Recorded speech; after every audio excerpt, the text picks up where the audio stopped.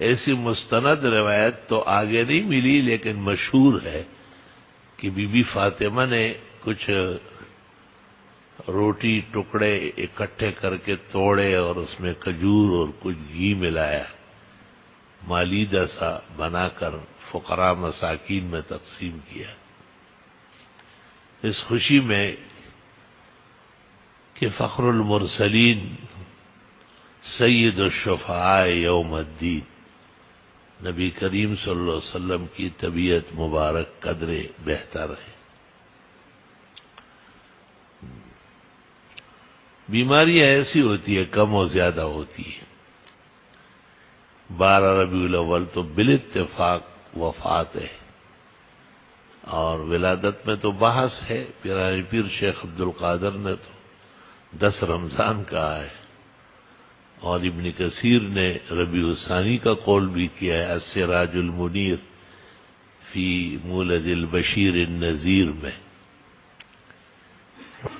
اور اہل حق کے ہاں معروف و مسلم ہے کہ ولادت با سعادت 9 ربیع الاول کو ہے، اور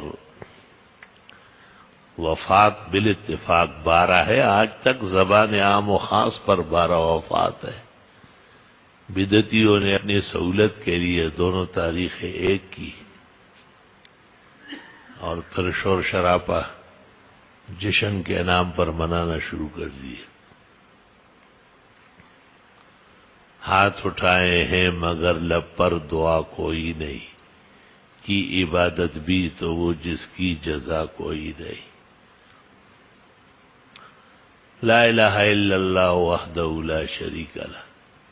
خصائص میں ایک روایت سیوطی نے نقل کی ہے، اور نسیم الریاض میں خفاجی نے، کہ بی بی صاحبہ نے آپ سے کہا کہ آپ اللہ کو کہے کہ آپ کو ٹھیک کرنا۔ آپ مسکرائے، آپ نے کہا عائشہ ہم پیغمبر لوگ اللہ سے ایسی باتیں نہیں کرتے، اللہ مالک و مختار ہے۔ اس کی وجہ یہ بیان کرتے ہیں کہ آپ پر آیت نازل ہوئی تھی کہ وَلَلْآخِرَةُ خَيْرٌ لَكَ مِنَ الْأُولَىٰ، آخرت بہت زیادہ بہتر ہے اس دنیا سے۔ اس دنیا میں آپ پیدا ہوئے، دنیا منور ہو گئی، آپ کو وحی آئی، رسالت دی گئی، نبوت عطا فرمائی گئی، سید الکونین، امام القبلتین، رسول الثقلین، صاحب التاج والمعراج، آپ ہی تمام مقامات اور مرتبوں سے سرفراز کیے گئے۔ جن اور انس کو حکم ہے قیامت تک کہ وہ آپ پر ایمان لائے۔ مسند احمد میں آپ نے کہا ہے ما من یہودی ولا نصرانی ولا مجوسی اطلع بی ولم یؤمن بی الا انہ من اہل النار۔ دنیا کا کوئی فرد کسی بھی مذہب سے وابستہ ہو، مجھے اس کو میرے آنے کی اطلاع ہوئی اور ایمان نہیں لایا، پکا دوزخی اور جہنمی ہوگا۔ لا نجات الا فی سنت المصطفیٰ اسعد السادات صلی اللہ علیہ وسلم۔ صرف آپ پر ایمان لانے، آپ کی پیروی کرنے میں دونوں جہانوں کی کامیابی ہے۔ اللہ، تو عجیب بات ہے کہ آپ کو قرآن نازل ہوا، اور آپ کو دنیا کے انبیاء اور مرسلین کے فضائل معجزات دیے گئے۔ لکل نبی فی الانام فضیلۃ وجملتها مجموعۃ لمحمدی، حسن یوسف دمی عیسیٰ ید بیزاداری، او آنچ خوباں ہمدارند تو تنہا داری۔ اتنے بڑے مقام اور مرتبے کے ساتھ، نبوت اور رسالت کے شان کے ساتھ آپ کو کہا جا رہا ہے کہ آخرت بہتر ہے۔ سوچ لو کہ آخرت کیا چیز ہے، کتنی بڑی نعمت ہے اور کتنی بڑی خوشی کا مقام ہے۔ مسلمانوں کو آخرت کی نعمتوں پر نظر ڈالنا چاہیے۔ وہاں کے قہر اور عذاب سے بچنے کی اقدامات کرنا چاہیے۔ تو جب نص قطعی اور وحی جلی اور قرآن کریم میں آپ کو کہا گیا کہ وَلَلْآخِرَةُ خَيْرٌ لَكَ مِنَ الْأُولَىٰ، حضرت آخرت آپ کے لیے یہاں سے بہت بہتر ہے۔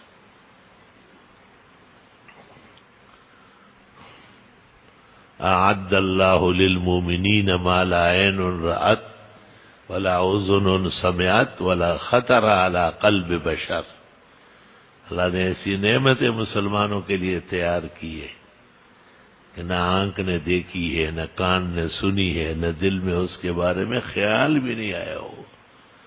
خیال و تخیل سے بھی بلند و برتر نعمت ہے۔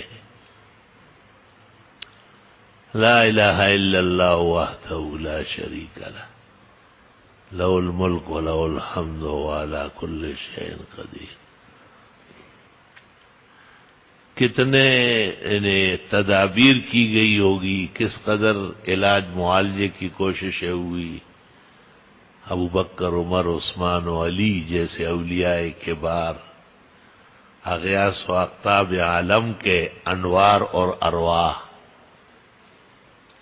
انبیاء کے بعد ان جیسے آسمان و زمین نے دیکھا نہیں تا قیامت، اور ایسے لوگ متوجہ آپ کی صحت اور استشفاء کے لیے کوشاں تھے۔ آپ کو اللہ نے قرآن میں تسلی بھی دی، وَإِمَّا نُرِيَنَّكَ بَعْضَ الَّذِي نَعِدُهُمْ أَوْ نَتَوَفَّيَنَّكَ فَإِلَيْنَا يُرْجَعُونَ، جو وعدے ہم نے آپ سے کیے ہیں کچھ آپ کی زندگی میں پورے ہوں گے، کچھ آپ کے دنیا سے جانے کے بعد پورے ہوں گے۔ آپ کا جانا یقینی ہے اور وعدہ اپنے وقت پر پورا ہو۔ لا الہ الا اللہ، توبہ توبہ۔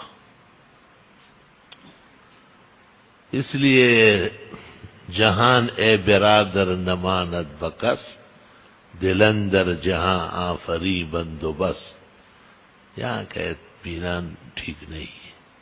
مکن تک یا بر ملک پائے و پشت، کہ بسیار کس چوت پرورد کشت، اس دنیا اور اس کی خوش رنگیوں پر کبھی بھی اعتماد نہ کرنا۔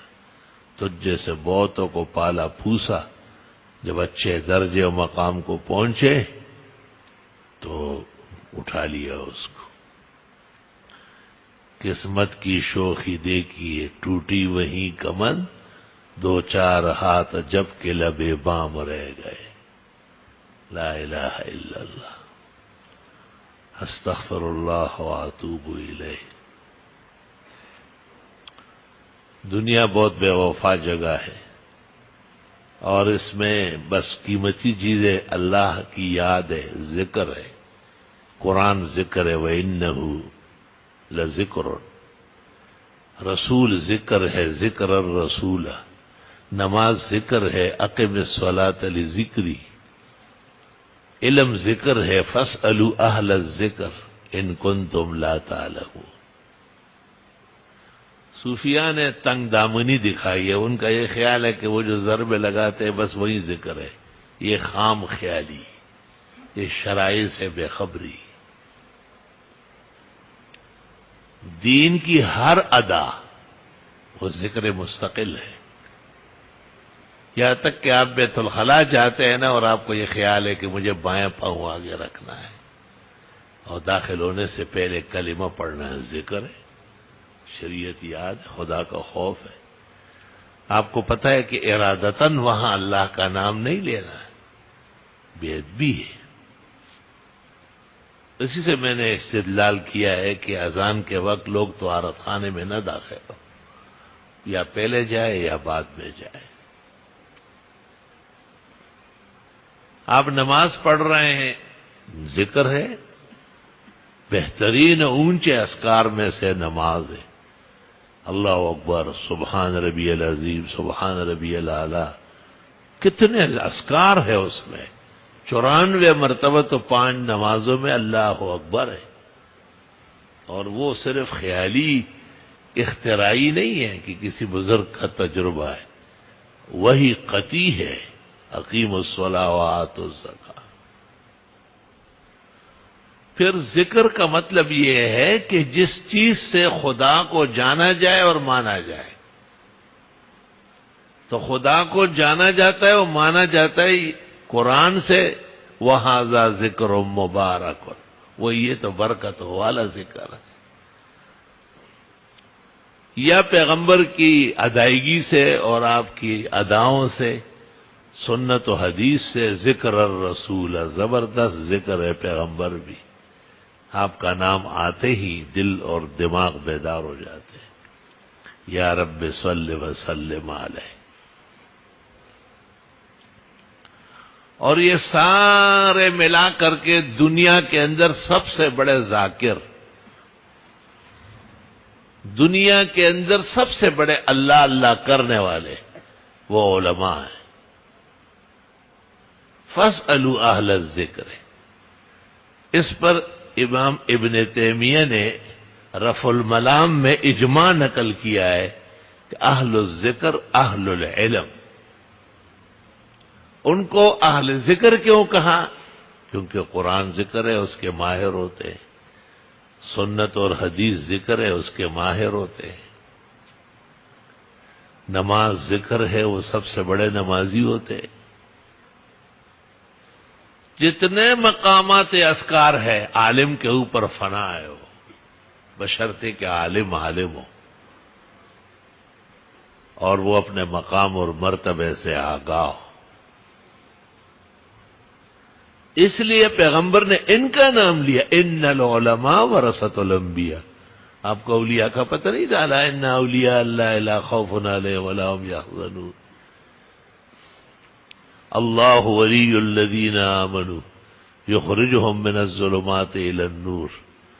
لیکن جب خشیت اور تقوی کا انتہا آیا تو اللہ نے کہا انما یخشی اللہ من عبادہ العلماء، اللہ تعالیٰ سے سچ مچ ڈرنے والے علماء ہوتے ہیں، ان کا خوف یقینی ہے، ان کی آگاہی پختہ ہے، انہیں تمام مناظر نظر آتے ہیں اور انہیں بعد میں ہونے والے واقعات کل مرآں، کل مشاہد ہے۔ اللہ کا کلام ہے، انبیاء کی زندگی ہے۔ اس میں اشارہ ہے کہ عالم کا ہر لمحہ، ہر آن، ہر فریاد، ہر مسرت، ہر پروگرام وہ شریعت کے مطابق ہونا ضروری، کیونکہ اس کو اللہ نے اہل ذکر